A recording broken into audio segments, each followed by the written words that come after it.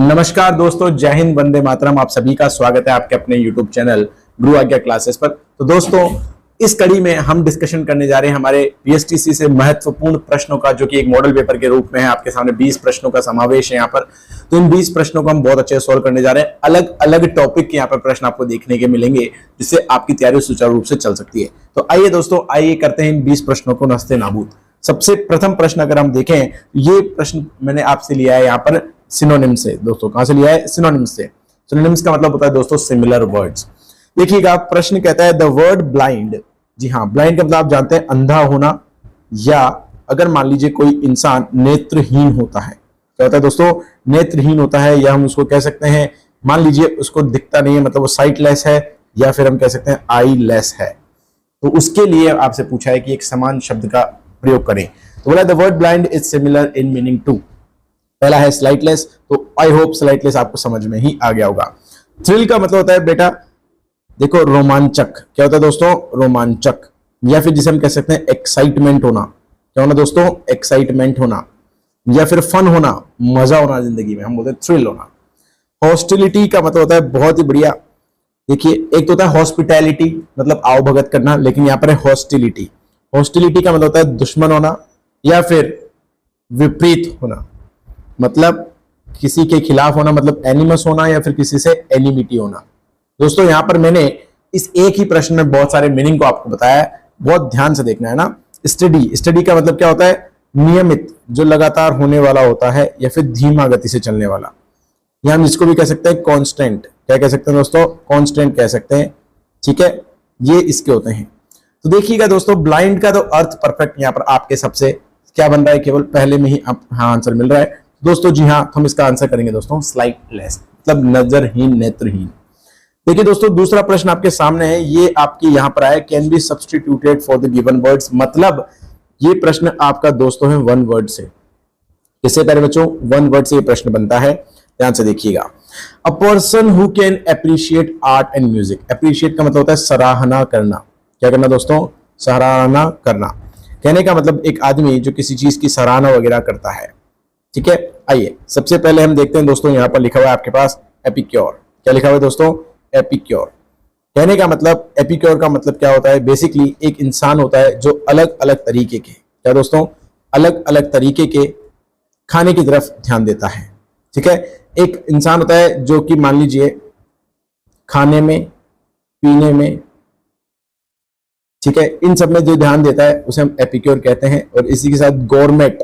जी हाँ दोस्तों, गवर्नमेंट का अर्थ होता है पेटू। ठीक है, या इसका एक और शब्द होता है दोस्तों ग्लूटन।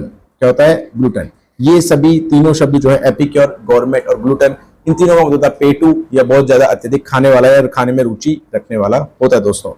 दूसरा, ये जो यहाँ पर वर्ड है दोस्तों कनॉइजर, इसका मतलब होता है दोस्तों पारखी। क्या होता है? पारखी। कहने का मतलब एक आदमी जो हर चीज की परख रखता हो, जो हर एक चीज की, जैसे म्यूजिक हो, चाहे आर्ट हो, चाहे कुछ भी हो, उन सबकी परख रखता हो, उन सबके ऊपर नजर रखता हो, और उसके अंदर टैलेंट हो इस चीज का। जी हाँ दोस्तों, तो इस प्रश्न का आंसर आपको मिल गया है, कॉनोइजर। एंड कॉस्मोपॉलिटन बेसिकली दोस्तों होता है सर्वदेशीय। क्या होता है दोस्तों?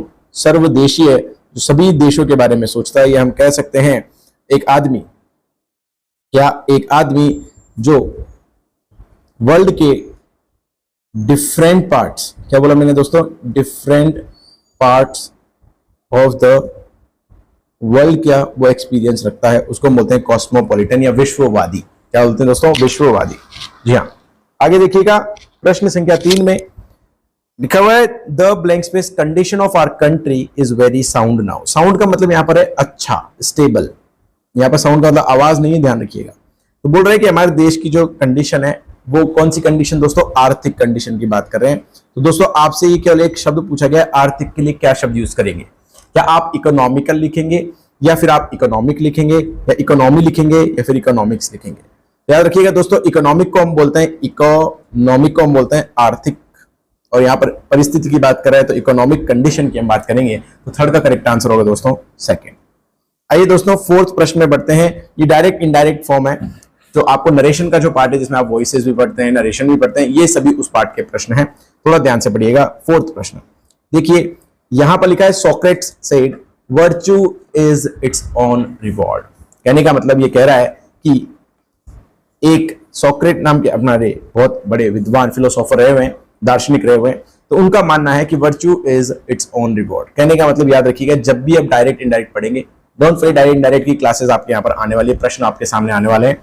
डेली 8 बजे हमने एक जो सीरीज लाए हैं वो एक बहुत ही बढ़िया सीरीज, जिसके अंदर हर एक टॉपिक के बहुत अच्छे अच्छे प्रश्न मिलेंगे, और ये सीरीज दोस्तों आपके एग्जाम के एंड तक, उसके बाद अगले एग्जाम के लिए भी जारी रहेगी। तो 8 से 9 डेली मिलना है, ठीक है दोस्तों। आइए देखिए, जब भी कोई भी कार्य, ध्यान से सुनिएगा, अगर वो ऐतिहासिक है, क्या है, ऐतिहासिक, या फिर मान लीजिए वह सार्वभौमिक सत्य है, क्या है दोस्तों, सार्वभौमिक सत्य है, जिसे हम यूनिवर्सल ट्रुथ कहते हैं, तो याद रखिएगा उस वाक्य में कोई भी परिवर्तन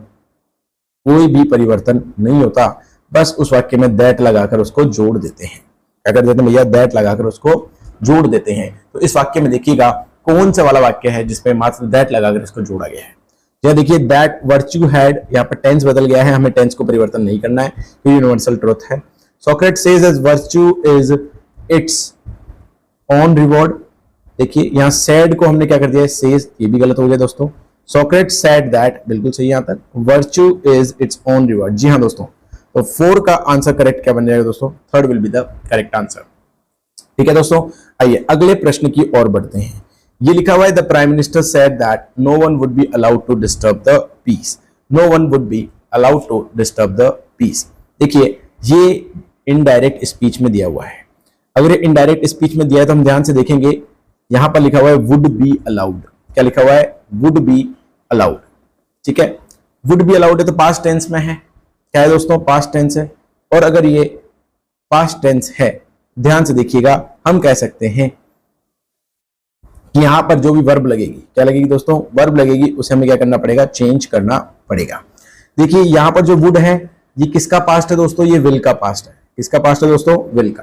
तो किस वाक्य में विल लग रहा है, पहले हम ये देखते हैं। इस वाक्य में विल लग रहा है, इसमें नहीं लग रहा, हटा दीजिए। इसमें लग रहा है, इसमें नहीं लग रहा, हटा दीजिए। 2 वाक्यों में लड़ाई है, 3rd एंड 1st में। यहां देखिए द प्राइम मिनिस्टर सेड, यहां तक ठीक है, that no one would be allowed to disturb the peace. और एक आंसर जो हमारा है वो हमारा बन रहा है 3rd, no one will disturb the peace. यहां देखिए अलाउड टू जो है वो गायब हो जाता है दोस्तों, क्या हो जाता है, गायब। अगर इस वाले वाक्य में गायब हो गया तो ये वाला वाक्य क्या हो जाएगा, हमारा कट जाएगा। मात्र करेक्ट आंसर क्या बचेगा दोस्तों, 5th का 1st बचेगा। ठीक है, आइए दोस्तों 6th प्रश्न देखते हैं। ये आपके फ्रेजल वर्ब से प्रश्न है दोस्तों। फ्रेजल वर्ब में क्या होता है, अलग अलग शब्द दिए जाते हैं, उनका अलग अलग अर्थ होता है, उनको अर्थ के अनुसार हमें यहाँ पर उचित रूप से लगाना होता है। देखिए लिखा हुआ है थ्रू सर्च, थोरो सर्च करने का मतलब एक कंप्लीट सर्च जो थी एयरक्राफ्ट की was carried in the blank space in the airport. कहने का मतलब एक बहुत व्यापक सर्च की गई। जब भी ऐसे सर्च के बारे में कुछ भी आता है तो कैरी के बाद हमेशा दोस्तों आउट लगाते हैं। क्या लगाते हैं दोस्तों, आउट। कैरी ऑफ का मतलब होता है किसी कार्य को बंद करना, कैरी ऑन का मतलब होता है किसी कार्य को लगातार करना। ठीक है दोस्तों, इसलिए यहां पर परफेक्ट आंसर क्या बनेगा, 6 का आउट बनेगा दोस्तों। 7th प्रश्न देखिएगा, होमोनिम से है। होमोनिम का मतलब क्या होता है दोस्तों, समझिए। होमोनिम का मतलब होता है ऐसे शब्द जिनका उच्चारण एक जैसा होता है। क्या होता है दोस्तों, एक जैसा होता है, परंतु उनकी स्पेलिंग में क्या होता है, थोड़ा सा अंतर होता है। ठीक है, देखिए यहां लिखा है do any of the students still letters to their families, right. हम क्या लिखेंगे यहाँ पर, राइट। अब देखो राइट में इसको भी राइट पढ़ेंगे, इसको रिट पढ़ेंगे, इसको राइट पढ़ेंगे, इसको राइट पढ़ेंगे। ये जो राइट है बेसिकली किसी रीति रिवाज को बताता है। ये रिट हमारे हाई कोर्ट से रिलेटेड होती है, जो कि हाई कोर्ट के अनुच्छेद 223, 226 में और 32 में फाइल की जाती है। इसको हटा दीजिए, पॉलिटी का आंसर है। राइट का मतलब होता है दोस्तों लिखना, और यहाँ लेटर जो है वो लिखने से संबंधित है। ठीक है, और ये राइट का मतलब होता है सही। तो यहाँ पर परफेक्ट आंसर दोस्तों क्या बनता है दोस्तों, 7 का 3 will be the correct answer. आइए देखते हैं प्रश्न संख्या 8। प्रश्न है he works blank space hard. देखिए ही वर्क्स हार्ड में हम क्या जोड़ सकते हैं, या आपको इस प्रश्न में दोस्तों डिटरमिनर बताना है, कौन सा डिटरमिनर अच्छा यहाँ पर सूट हो रहा है। देखिए वाक्य के अनुसार अगर हम ध्यान से देखें तो ही वर्क्स मच हार्ड बनना थोड़ा ठीक नहीं है। He works little hard and he works very hard, he works more hard. तो इन सब में मुझे वेरी सबसे अच्छा लग रहा है, और वेरी ही यहाँ पर क्या कर रहा है, सूट कर रहा है। तो वाक्य बनेगा ही वर्क्स वेरी हार्ड। भाई बहुत मेहनत करता है यार वो, जैसे आप लोग बहुत मेहनत करते हैं अपने एग्जाम के लिए। मुझे आप सब पर नाज एंड गर्व दोनों है दोस्तों। You guys work very hard. देखिए प्रश्न संख्या 9 की तरफ बढ़ते हैं। 9 कहता है select the incorrectly spelled word. अब आपको इस प्रश्न में दोस्तों क्या बताना है, स्पेलिंग बतानी है, कौन सी गलत है। क्या पूछा है दोस्तों, कौन सी गलत स्पेलिंग है। देखिए दोस्तों यहां लिखा हुआ है correct word memento, maintenance, acknowledge, jewellery. देखिए ज्वेलरी जो है इसका मतलब होता है हीरे जेवरात, जो है जो भी ज्वेलरी होती है जो लेडीज वगैरह पहनते हैं, साज श्रृंगार का होता है, बिल्कुल सही स्पेलिंग है। एक्नॉलेज का मतलब होता है किसी चीज को पहचानना, जानना। मेंटेनेंस का मतलब होता है किसी चीज की मरम्मत करना, ठीक करना, उसको मैनेज करना। लेकिन मोमेंटो जो है, जी हाँ ध्यान से देखिए, मोमेंटो की जो स्पेलिंग होती है ये होती है MEMENTO। जी हाँ, मोमेंटो नहीं होता, मेमेंटो होता है। ठीक है, स्पेलिंग में बड़ा ध्यान दीजिएगा। तो ये स्पेलिंग यहां पर गलत है। तो दोस्तों करेक्ट आंसर क्या बन जाएगा 9th का, A will be the correct answer. प्रश्न संख्या 10 की तरफ चलिए, लिखा हुआ है मेनी बुक्स। देखिए मेनी बुक्स ये बहुवचन है, क्या है दोस्तों, बहुवचन। स्टोलन एवरीडे, और एवरीडे लग रहा है। तो दोस्तों अगर आपने टेंसेस वगैरह ध्यान से पढ़े तो एवरीडे किस में आता है, प्रेजेंट में। किसमें प्यारे बच्चों, प्रेजेंट टेंस में आता है। तो इज MR लगेगा, और चूंकि मेनी बुक्स क्या है, बहुवचन, बहुवचन लगेगा तो इज नहीं लगेगा, केवल क्या लगेगा, आर लगेगा। तो many books are stolen every day will be the correct answer. आइए प्रश्न संख्या 11 में देखते हैं, लिखा हुआ है select the most appropriate meaning. देखिएगा दोस्तों, select the most appropriate meaning of the given idiom. ये इडियम है, मतलब ये आपकी लोकोक्तियां हैं, इनको देखिएगा। बिटवीन सिथला एंड सिरबिडिस, कहने का मतलब यहां पर आपको बताना है कि इसका सही अर्थ क्या होता है। दोस्तों इसका सही अर्थ होता है कि दो अप्रिय, घबराओ मत, ये मात्र एक मॉडल पेपर है तो आपको उस प्रकार सभी प्रश्नों को अच्छे से देखना है। दो अप्रिय वस्तुओं के बीच चुनाव। मान ली दो ऐसी चीजें जो कि आपको पसंद नहीं आ रही है, अनइंटरेस्टिंग है, लेकिन उनके बीच में अगर आपको कोई चीज चुननी हो तो हम क्या कहेंगे, क्योंकि अप्रिय को बोलते हैं अनप्लेजेंट। क्या बोलते हैं दोस्तों, अनप्लेजेंट। वस्तुओं के बीच चुनाव मतलब आपको क्या करना है, उसको चूज करना है, चॉइस होनी चाहिए। देखिए यहां पर लिखा है टू प्लेजेंट, टू अनप्लेजेंट, तो कहीं ना कहीं आपका आंसर यहां बन सकता है अनअवॉइडेबल, और अवॉइडेबल हट जाएगा। तो करेक्ट आंसर दोस्तों 11th का बनेगा आपका, 2 will be the correct answer. देखिए दोस्तों 12th प्रश्न देखिएगा, लिखा हुआ है select the most appropriate meaning of underline idiom. इस पूरे अंडरलाइन का अपने को क्या बताना है, एक अर्थ बताना है, सही उचित अर्थ क्या होगा। देखिए if you think you can buy everything with money you are still a fools paradise.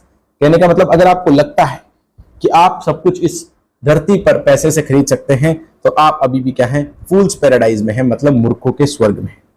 क्या है भैया, मूर्खों के स्वर्ग में है।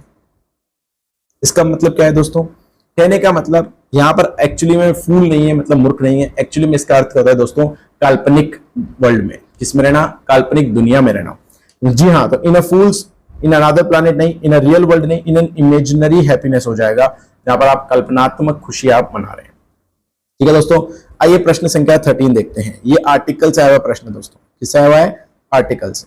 पढ़ के देखिए, Khalistan youngest child has started going to the school. अगर आप ध्यान दें, क्या ध्यान दें, तो ये लग रहा है दोस्तों EST। EST दोस्तों होता है सुपरलेटिव डिग्री। क्या होता है प्यारे बच्चों, सुपरलेटिव डिग्री। तो जब भी सुपरलेटिव डिग्री आता है उस वाक्य में हमेशा क्या लगता है दोस्तों, द लगता है। क्या लगता है, द लगता है। यहां पर हम वाक्य में क्या बनाएंगे आंसर, द यंगेस्ट चाइल्ड। क्या बनेगा दोस्तों, द यंगेस्ट चाइल्ड।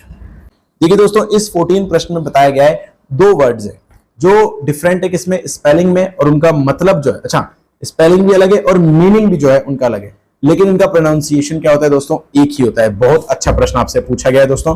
देखिए अगर मान लीजिए दो शब्दों जिनकी स्पेलिंग और मीनिंग अलग हो लेकिन उनका प्रोनाउंसिएशन एक होता है तो उसे हम बोलते हैं दोस्तों होमोफोन। क्या बोलते हैं, होमोफोन। लेकिन यहाँ पर जो दूसरी चीजें वो भी हमें सीखनी चाहिए, जैसे सिनोनिम्स यूज हुआ है, ये तो आप जानते हैं समानार्थी शब्द होते हैं, जो शब्द अलग होते हैं लेकिन इनका मीनिंग जो होता है वो क्या होता है दोस्तों प्यारे बच्चों, सेम होता है।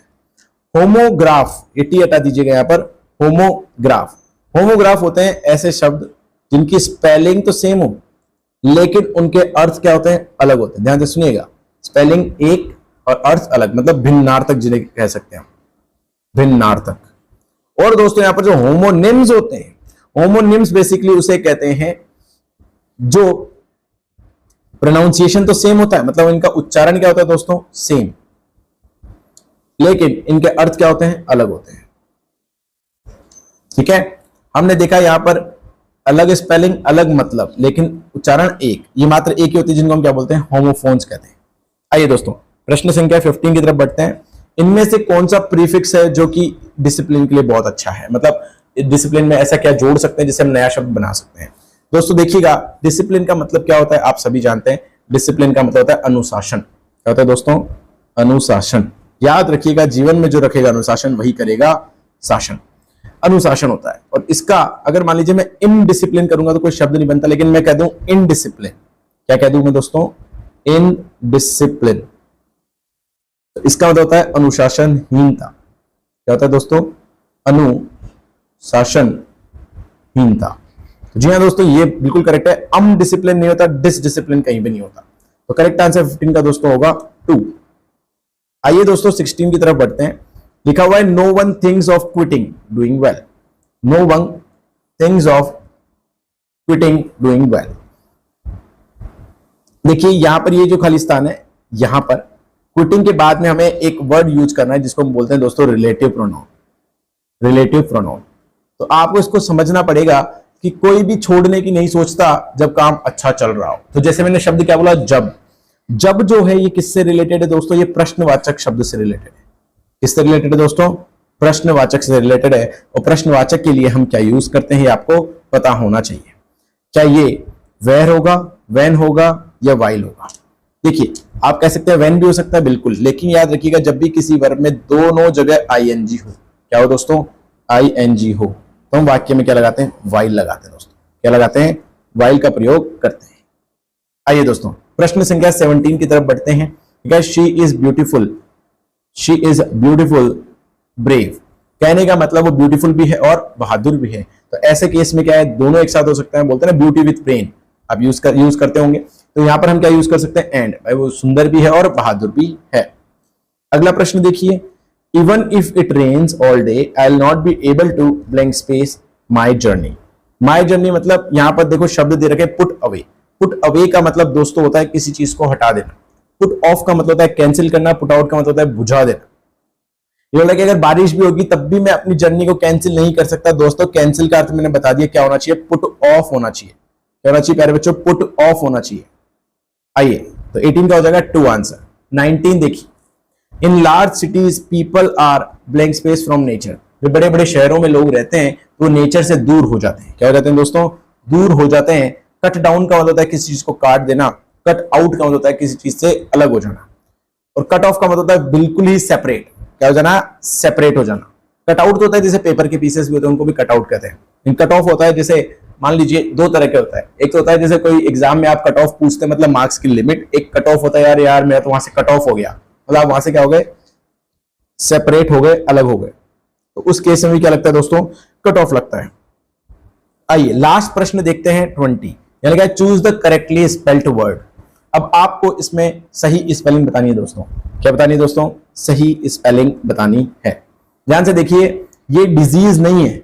डिजीज की स्पेलिंग ये होती है। यहां पर देखो एस नहीं है, ध्यान से देखेंगे। डिसीज, डिकेस, डिजीज और डिसीज। डिसीज का मतलब क्या होता है? मरना या मरा हुआ। तो इसकी करेक्ट स्पेलिंग दोस्तों बनती है DECEASE। तो दोस्तों ये एक मॉडल पेपर था जो कि बहुत सारे हम कह सकते हैं कि बहुत बार ये मॉडल पेपर से डिस्कशन किए जाते हैं क्योंकि एग्जाम्स में आने का पैटर्न पेपर का अलग अलग होता है।